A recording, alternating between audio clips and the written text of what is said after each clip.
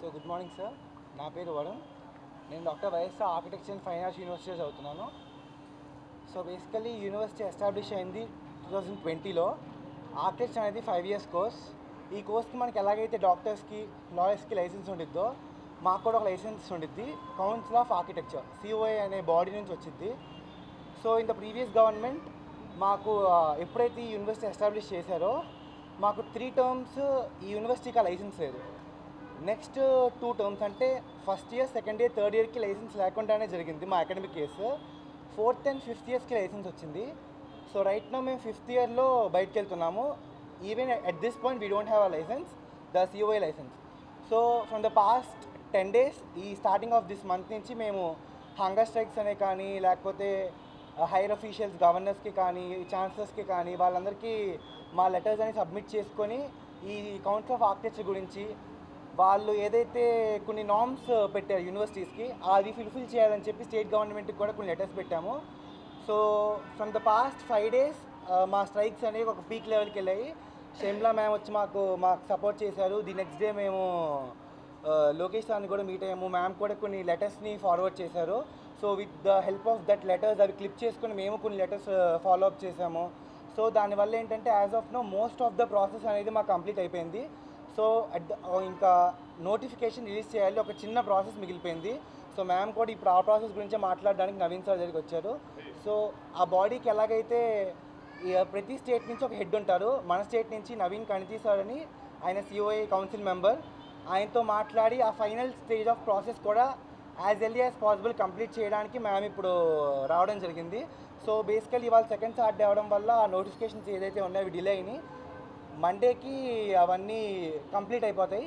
And then మా process కూడా కొంచెం త్వరగానే వచ్చేసింది.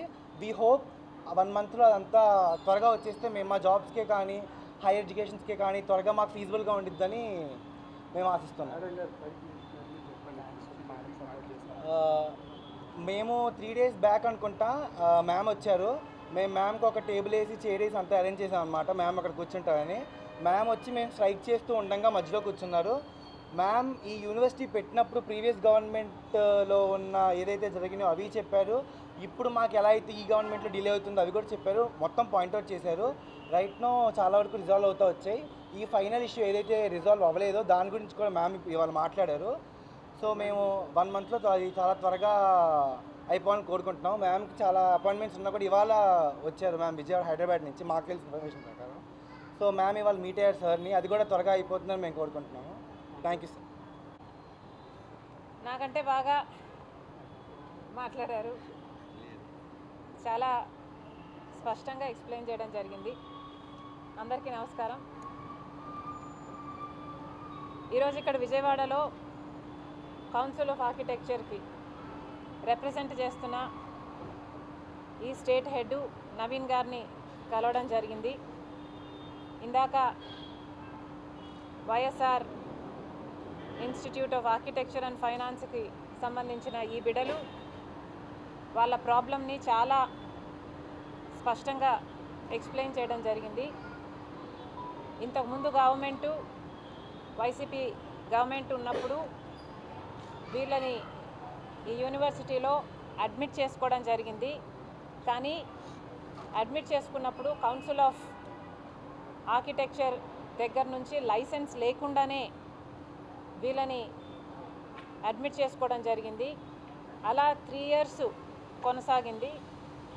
అసలు లైసెన్స్ లేకుండా వీళ్ళని అడ్మిట్ చేసుకోవడంతో ఇప్పుడు వీళ్ళ కోర్సు కంప్లీట్ అయిపోయినా కూడా వాళ్ళకి అసలు ఎన్రోల్మెంట్ నంబర్సే లేవు. కాబట్టి వీళ్ళ కోర్సు కంప్లీట్ అయినట్టు వీళ్ళ సర్టిఫికెట్ రావడంలో ఇబ్బందులు ఫేస్ చేస్తున్నారు.